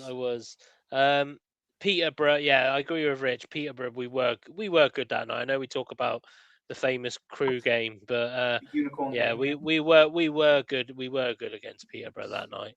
I'm just having a look. Do you know what? And I'm only going to say this game because I saw a totally different game to a lot of people. You're going to say Harrogate away, aren't you? I'm going to say Harrogate away. Jesus Christ. And because I don't know, the reason I say that is because I can see why people didn't like the game, but I think Joe and I kind of concurred on this, because obviously we were there, but it was different. It was different to what people would have watched on the telly. The adjustments, the icy surface. I mean, they were practically, both teams were ice skating towards the end of that game, and I just think I was quite Salford impressed. still called their game off in January. Yeah. Fucking shit house. Yeah. So, yeah. But actually, and this probably frustrates, and you've mentioned it already, and I know Nick was there that night as well. Luton away, we were good that night as well, and it was a good atmosphere. We took a good crowd. I think Billy Kirkman had a great game that night as well, because I remember, because obviously he played instead of Munro that game, if I remember rightly, or Munro came on late, and obviously the rumours were starting to turn about Munro getting recalled. And I remember saying, do you know what? We've kind of forgotten about this Kirkman lad a little bit, and all of that. And I think I do feel a bit bad for him, because I think he was, after Munro left, it was kind of high expectations were expected. But yeah, we were good that night. There's no denying it. You could tell we were good that night, because that was the real first game that I remember Holloway kind of coming up to the fans as well after the game. I did enjoy, when I talk about enjoyment, I did enjoy the second half against Barnet. I hated the first half, but I did enjoy the second half. It's still one of Waz's favourite moments, that half time when you were both staring at me. Yeah. Barnet, of course, that was a good night. Yeah, it was second half was good, and it was all right there as well, wasn't it? We had a really good atmosphere that day as well, and I'll never forget that 1,000-yard glare from Ian Holloway when we all started chanting that we had had a shot. But yeah, I don't really remember many from that. Really, it's weird. I probably remember more from last season. Well, that links into my next two questions, and I suppose I could ask them together. And this is open to any of you. When you think back in yesteryear, we've had nothing but financial queries. We've had boardroom dilemmas. We've had rumours and all sorts of carnage at the club in the last few years. But somehow, despite that side of things being relatively quiet this year, has this seemed to be a more chaotic year for Swindon? Like, there always seems to be something else, that, between bans and injuries and players just suddenly not being available, and the next big shining star that's been signed suddenly being carted off on loan. Has this felt more chaotic than other years? Yeah, I would agree with that. I think for me, it seems to be there's been more stuff happening off the pitch than there has actually been on the pitch, if you know what I mean. And I guess that's probably why it's taken a lot of the buzz out of it, because we're hearing all this stuff in the press and stuff like that. We're hearing Holloway's comments, pre-match comments and stuff like that. And, I think that's probably been a massive impact in terms of probably, the energy within the home and away really this season as well. And again, it's potentially a reason as to why it's sort of reflected on the pitch, especially in the second half of the season too. Yeah. So yeah, it's crazy. And like I mentioned as well, when we were talking about January, February there was definitely something that happened off the pitch. Obviously, we're unaware of what that was, but there's definitely something behind the scenes that happened that I think has impacted that second part of the season. But yeah, I mean, I guess we'll never know, I guess. Nick? I think the worst thing for me was on the pitch, tactically, we didn't adapt when we needed to. And for a manager of the number of games that he keeps telling us he's managed, shouldn't be able to criticise him. But playing players out of position, and I said it in an earlier pod that in some ways I felt sorry for Will Wright being stuffed in at right back, and he's not. And how many times has that been proved when you had McGregor His form hasn't been brilliant this season, but he is a right back and he can play wing back, and it's his natural position. So why do you put a centre half in there? And his attitude towards the fans, which I think has been a big downer. And again, for someone with that experience, ought to understand what banter is. And like you were saying earlier, what was it? We've had a shot, and we are top of the league. We are top. It's what fans do. We see it everywhere. The greatest team the world has ever seen. Well, we all know that ain't true, but that's what you do. Yeah. But I tell you, I've got another stat which really surprised me. I was looking at the attendances. Yeah, and what I was saying about this club has got so much potential that we should have people looking that could do something with the club. Through 2025, our average crowd was 7,900. Right, then we fell off in 2026. Our average crowd was 8,900, and obviously we've had a couple of big gates in that with Bristol Rovers in Chesterfield, and obviously that's probably bumped it up a bit.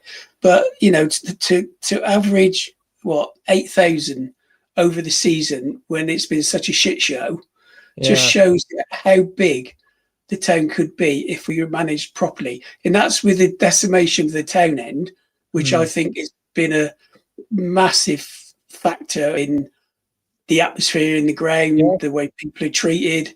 And just reading it is like harder to get into the town end than it is to go through bloody American security to get into their country. That comes with that again came with off-field issues because of things like that, and again, things like that impact the match day experience for fans, and that's another thing as to why it's more harder for us to get behind the team, because exactly. Like that. I've said on at least one. I think I said on one of the watch-alongs. I don't know if I said it on one of the normal shows, but for the first time in my 20 however many years following town, there is nothing about the club to love. Like normally, if we're going through a bad patch, there are players you attach to. If you're going through a good patch, you're right behind them, willing them to do well. This is the first time I've honestly said that there's nothing about the club that I love, and it's almost just genetically I'm designed to want them to do well, and it's not like there's anything about them I love. Yeah, I know, absolutely. I mean, like if you look back at that last season with Lee Power in charge, we had that sort of golden team, didn't we, of players that we just absolutely loved, like the likes of Owen Doyle, Anthony Grant, Richie Wellens was just an absolute hero for us, and we could get behind all that. But like now, I can't get behind the manager. I can't, the crowd's just not what it used to be, and that's not their fault. That's because like me, there's nothing to love. Why should we be singing? Because if you're not going to offer us anything, why should we offer you anything? Like, do you know what I mean?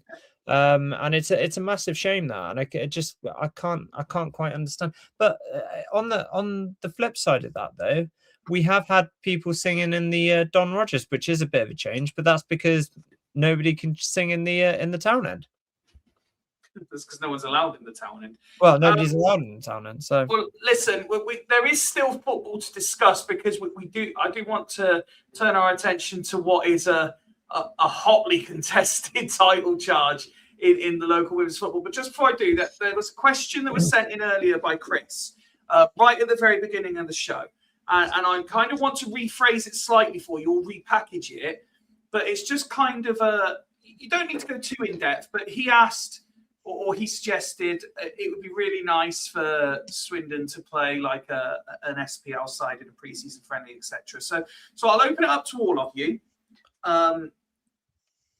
forgetting who's likely to be sold, okay, just as it is now, how many of the current squad would you want to keep for going into next year if you could have that decision? And secondly, let's look ahead. What are you looking for? Could Swindon go on a tour somewhere this year in pre-season? You know, could the fans have a holiday for a change? I don't think we've actually done a tour since Paolo took us to Italy, if I remember rightly. No, Wellens took us to Spain. Oh, Wellens did take us to Spain. You're right, but yeah. So that's a two-part question. Nick, I'll let you start. How many of the current squad could you make a case that you would want to keep, and what are you looking for come pre-season? I think when we were discussing in the group chat, people putting their lists out, and I think mine come up to, might have been as many as, I don't know what it's as many as 16, but that included a lot of the young players who I think we need to keep and give a chance. My worry on that is, and I said it after listening to the first few minutes of the forum, and I couldn't listen to any more of it after Holloway's rant, that the way he for me is not the right man to develop and encourage youth. He says it's passion, it's not, it's anger, and to me that's a big problem. We say, for me, we need a calm head, somebody who is experienced with bringing young players in and getting the best out of senior pros. But I would like to see quite a few of the youth team. And there was talk earlier, a few weeks ago, and I don't know where it is at the moment, and they're talking about this B team, under 23 team that was being talked about Swindon would be doing next season. And that's something that we desperately need. Now, whether that happens or not is a different matter. So if we have that, then you've got somewhere where they can develop and get ready for first team football. As regards to pre-season, I think he's already said we won't be going abroad, flying out anywhere, because we can't do that nowadays. I'm sure I heard that on part of the forum, or somebody reported on it that, that's bad for the environment to do air miles. But yeah, Scotland would be great. Even Ireland would be a good crack. I'm sure Richard loves that. So yeah, we probably need to do something different than we have been doing. I know we need to support. It's good to support local teams, which we've done for the past few seasons. But yeah, a mini tour to Scotland or the like. Yeah, I think that would be good, doable. Rich? So what am I saying? Who I would keep in terms of the squad? Am I? Yeah. Both are intertwined together. That's fine. Okay. I mean, I haven't got a list of players in front of me, but I mean, the likes I would keep would obviously be Drennan, Kilkenny, Holman, Ripley, Tafazoli. To be fair, that's probably about it, to be honest with you. I mean, like I say, there's probably one or two other players in there that I probably would keep too. I can't think off the top of my head. But yeah, to be honest with you, I do think we need to, and I know we say this like we want to keep players down because we don't want to keep having to do a massive recruitment every season. But that last season was our best chance of going up. It was in our hands. We had the players to do it, and we failed. Now, whether or not that was to do with the manager, which I do think was a massive impact, yeah, I do think we need to get rid of a lot of shit that's still there. I like to say I'd get rid of Nichols. I've said that. Ollie Palmer too. I think we need to bring in better experienced players if we can. For me personally, I'd take the first offer for Joel McGregor. I think he's a good player, but if a team like Brighton are coming in and offering us $500,000 for him, take it. Okay. Take it. But yeah, and in terms of like Nick said, Holloway is not the person, I don't think, to take us forward.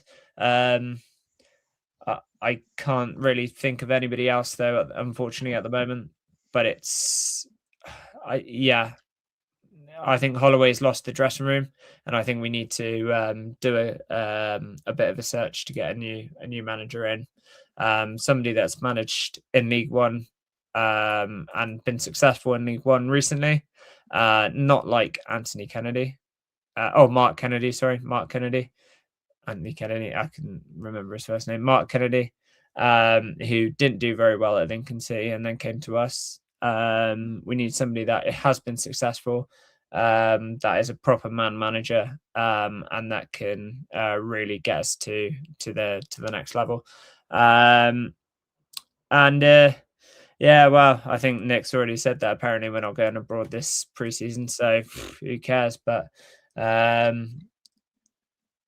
in terms of potential away preseason games, I'd like us to get like a good championship away game or something like that. But Championship probably. Leicester would be good. yeah, Leicester away. Yeah, that'd be good. Well, someone who has jumped in by his own admission slightly later than planned, Barry has joined us right at the end of the episode. Evening, Barry. Evening, all. Sorry, right, a little bit later than I planned. That's all right. So Who just said to that? catch you, Put that comment back up. Sorry, Fifey. Absolutely no fucking way. Sorry. Carry on. just to bring you up to date, Barry. Yeah, go on. Supermarine is practically abroad. It's the other side of the 419. Yeah, that's true. That's true. So we're just you're going to get. We're just briefly going through how many, excluding who might be sold, forgetting players being sold, how many people would like to keep. Nick's had his say, Rich had his say. So I'm going to come to Woody next. For what it's worth, I've gone with 5, 6, 7. I've gone with 9. Ripley, Ward, McGregor, Mabete, Batty, Kilkenny, Middlemass, Holm and Drinnen. And then I've got asterisks next to Smith, Glatzel and Butterworth, depending that they get back from their fitness, from their injury problems. So I've got asterisks against them. That's where Nick's right. There's probably some of the younger players in there as well who I don't know. I can't judge them because we just don't see them. No. So Woody, let me ask you where you are on this, and then we can ask Barry as well. Well, when you were doing that, I thought I'd get this up, which is the list of, because I like to try and think, and I'm just going to remove it for a little bit. I like to try and think that I try to stick a realistic head on it, because I do think we can't afford to just reshape the whole squad again, because especially if Clem's saying we've got a similar budget, that could also have its negative impact as well. But I think I wouldn't be surprised if we look at this list now, and just for the purpose of the audio, you've got Redmond Evans, Lewis Ward. I wouldn't be surprised if they sign extensions. I think Lewis Ward's probably settled now. Evans as well. Well, the thing is, we still need a young keeper, regardless. So it's whether we've got someone good enough behind him. I know there's I can't remember that lad's name, but he's meant to be not bad. But then, so really, in order to sign anybody, which we all know we want to do, we're going to have to get rid of some. So, you look at defensively, Will Wright, Billy Kirkman, Sonny Hart, McCormick, Tafazoli, Batty. Oh yeah, good point from Mike, that Delaney's not on there, but I don't know if Delaney's contract has just ran out. So, Just gone. It feels like it's just gone. Obviously, Sonny Hart will go. I think we've given that guy so many chances. Well, not so many chances, but he's just I think was he like his second year now as a pro. It's just kind of like you think, yeah, if you're not good enough now. But I also did. I think Nick's trying to say something, but I can't. I think he's on mute. Yeah, sorry. Didn't Holloway say Sonny Hart's come on really, really well, and God. he'll be staying? I don't know. Was that in the forum? Because I Yeah, yeah. You may have got further than I did in the forum, Nick. No, it's bits I saw. Yeah, Right.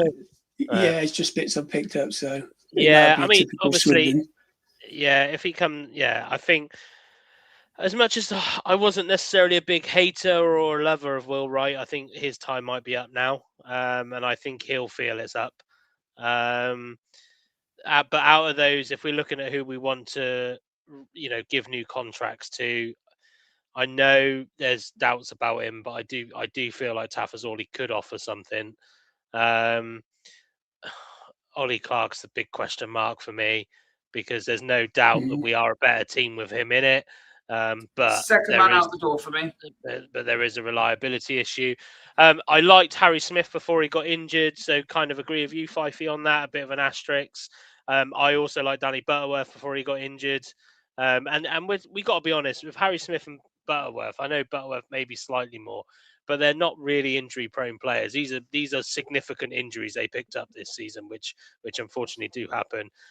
Alston Gonzalez, in my opinion, I know I agree with Nick. We haven't really given them that much of a chance, but again, if they were good enough, they'd be considered a lot more anyway. I think just on that one. While I wholeheartedly agree with the statement, let's not forget Middlemass was deemed not good enough until the last. Oh yeah, well, yeah. Sometimes I got to remember that who's in charge here. Billy Bowden, Junior Hoyler can fucking do one for all I care. And then we got Billy Bowden. I just think that we could get in. I like what Billy Bowden could offer, but I think we could get somebody else in for the same amount of money as a slightly younger model. But then, so anybody else from that 2027 period onwards, you're kind of looking that they'll either be sold, which I wouldn't be surprised if we come to some sort of agreement for Oldacre, possibly for James Ball. I hope we keep Connor Ripley. Harrison Minton, another one, and I know that I've criticised him in the past, but he did look good before he got injured. Mabete, we got keep him. I know you're desperate for us to keep Ollie Palmer. Oh God, I'll fucking pay for him to go somewhere. I kind of agree with Rich on McGregor a little bit. I think I like McGregor a lot. I really like McGregor a lot. I can turn that off now. But I do think I think he's going to turn 20 in this season. And I just think if there's going to be a time where we're going to cash in on him, it's probably now. Because if he has I don't think he had a terrible season, but if he has another season like this one, his value will decrease significantly as he gets into the 21 period. So unfortunately, sometimes whilst we want to keep hold, and I vouch about it so many times about us keeping hold of our youngsters and trying to nurture them, we've got to remember realistically we are a League Two club. So we are going to sometimes have a shining gem that we're going to have to get rid of.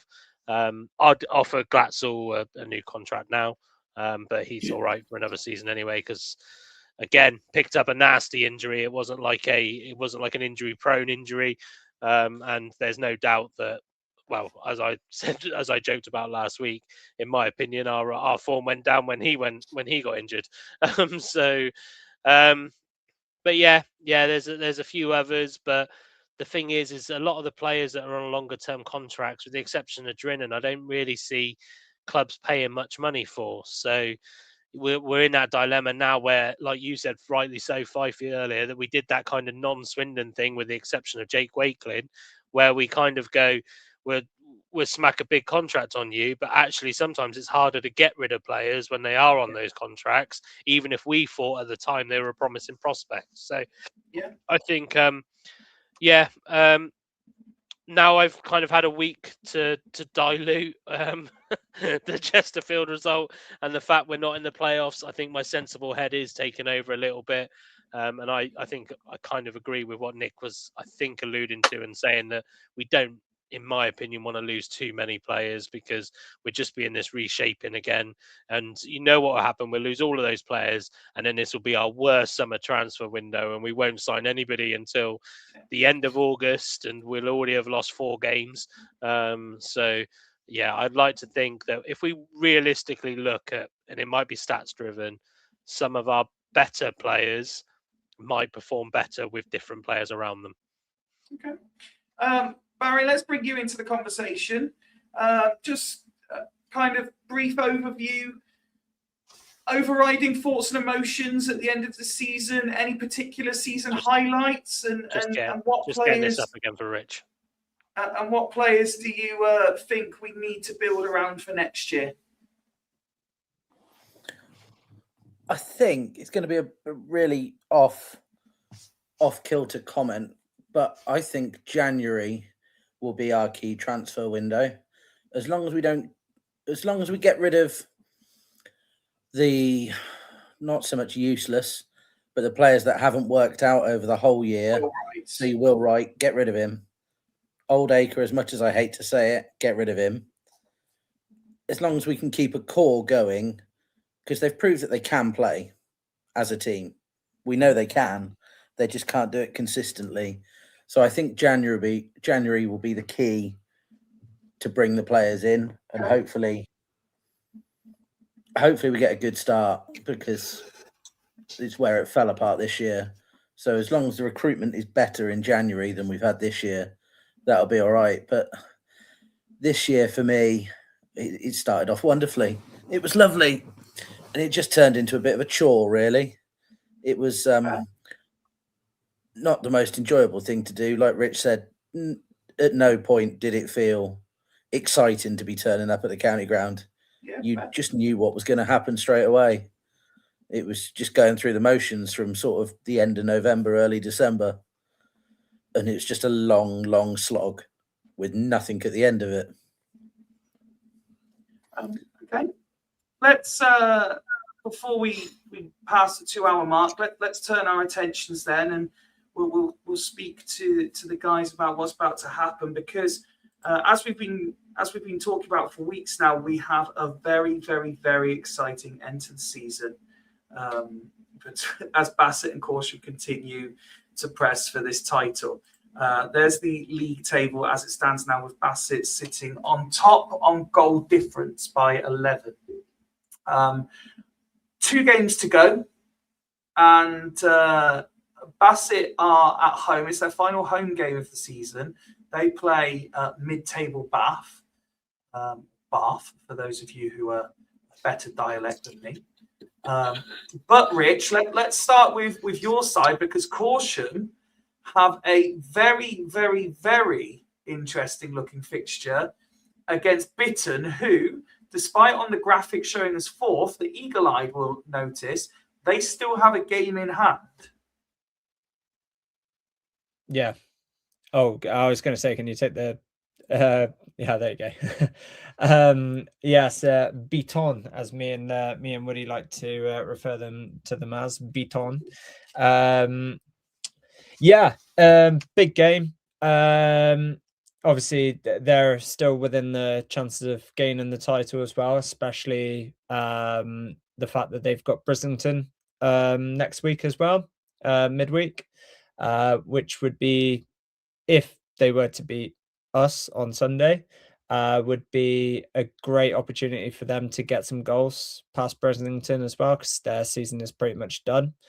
And get that goal difference up to catch Bassett, with 1 game left as well against Mangotsfield next week. So, it's a 3-way tie between ourselves, Bassett and Bitton. And we're going into the game. We should be going in with confidence. We haven't played in 2 weeks though. We did have a friendly on Tuesday night, which was quite a successful game for us. So we should be going in with some kind of confidence. And obviously we're going in off the back of although it was almost 2 weeks ago now, a 5-0 win and a clean sheet away to Cirencester. So, it's going to be very interesting to see. We shouldn't be going into this game thinking they're going to be we're going to win, because even though they've just come off a cup defeat on Wednesday night,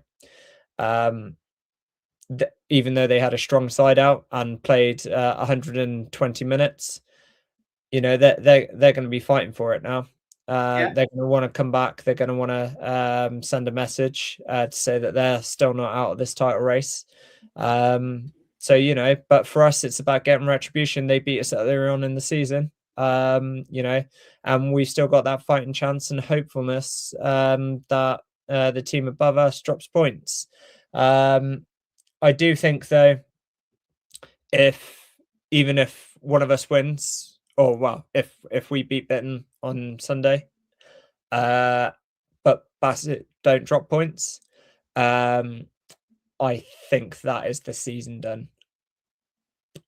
Even though you'll still get level points.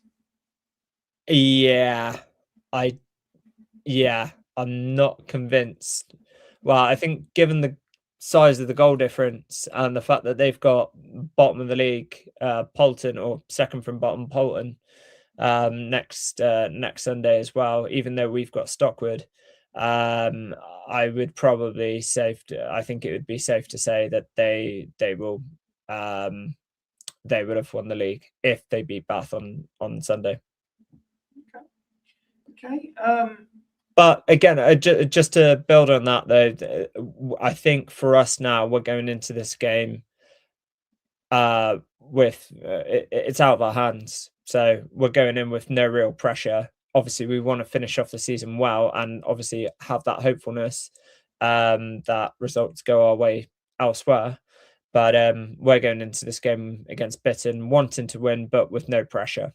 So that's which I would prefer, because I think if we had the pressure leaning on us, then things like that don't necessarily come to fruition. So I think it's quite important that we go in and enjoy our football like we have been doing recently, and try and get that really important win. Okay. Well, let's bring Woody into the discussion, and just before we do, it's for the penultimate time this season, it's everyone's favourite jingle in the show.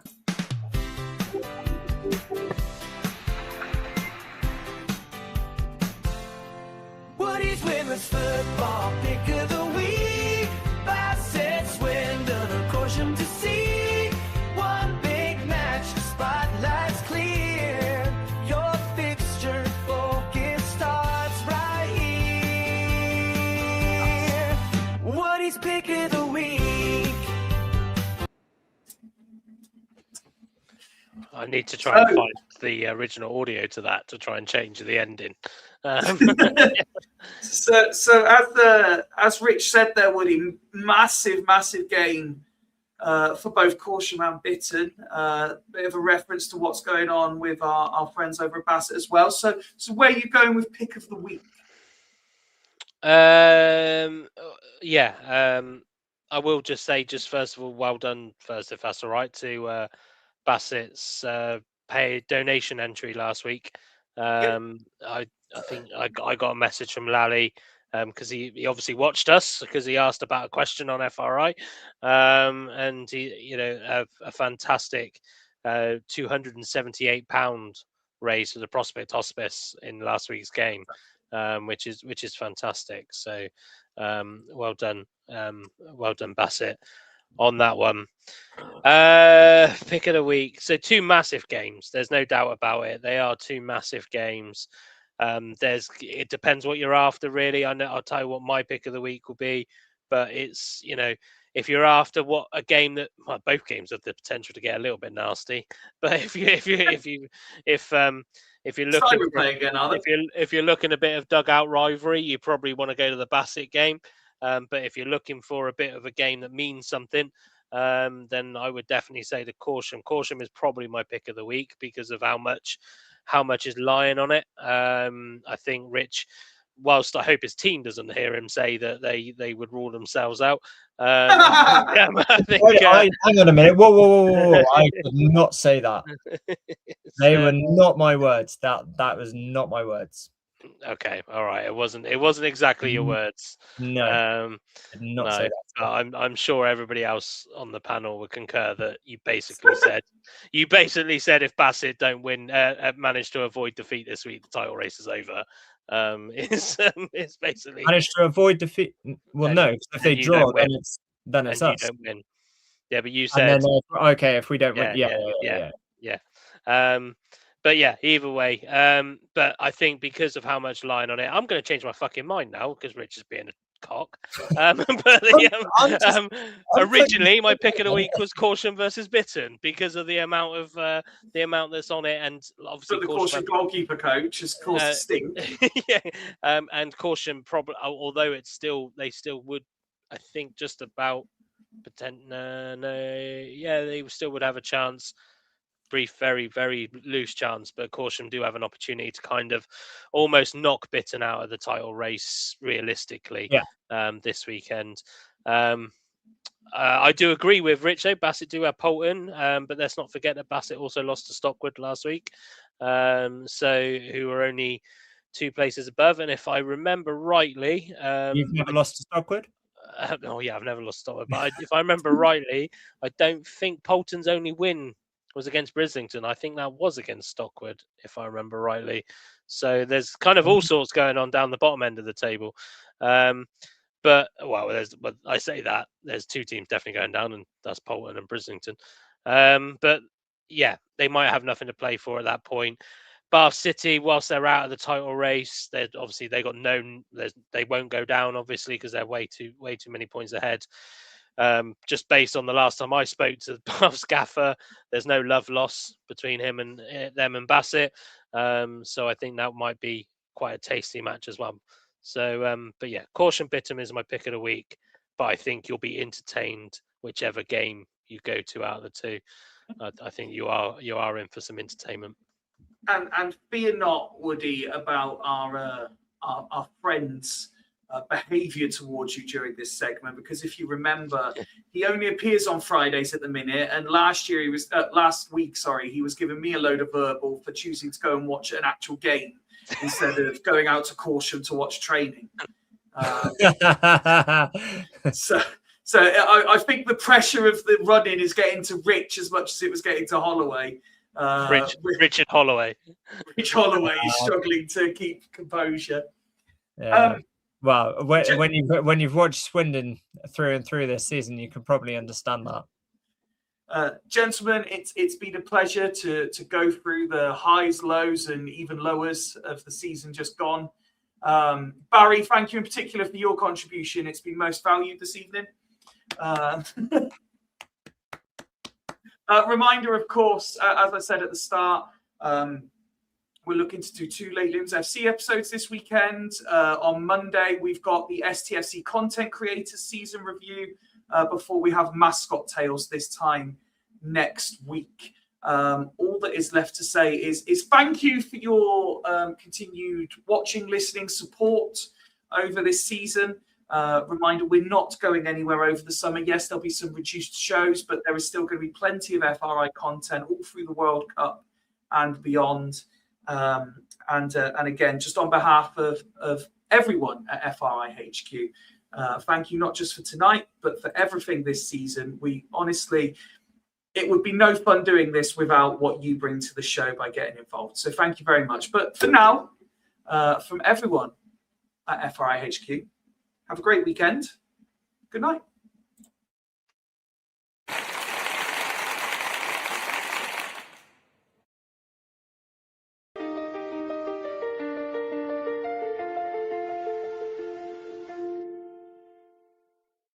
Fools rushing. Yeah, we're back again, like mates down the pub. Heart on sleeve, never tame. Yeah, from the chanting in the stands to the tackles flying in. Home and away, red blood, white shirt, where the fools rush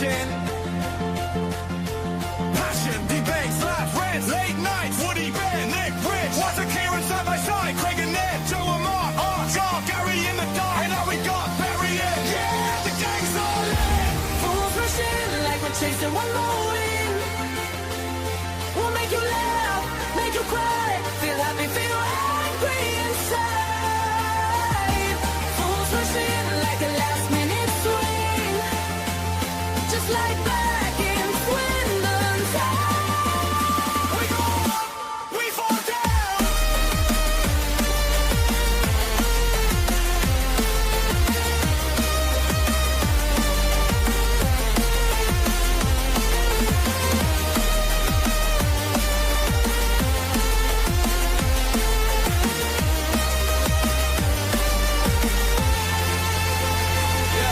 From the goals that lift the roof, unit grows when it goes wide. We argue, we agree, but you're all here on the ride. Fight by jumping in the chat. Every story, every stat. Thank you for watching, for listening, commenting back. Save our tires on the ball, and us recruitment in our corner. This is our club, our crowd. Turn it up a little louder.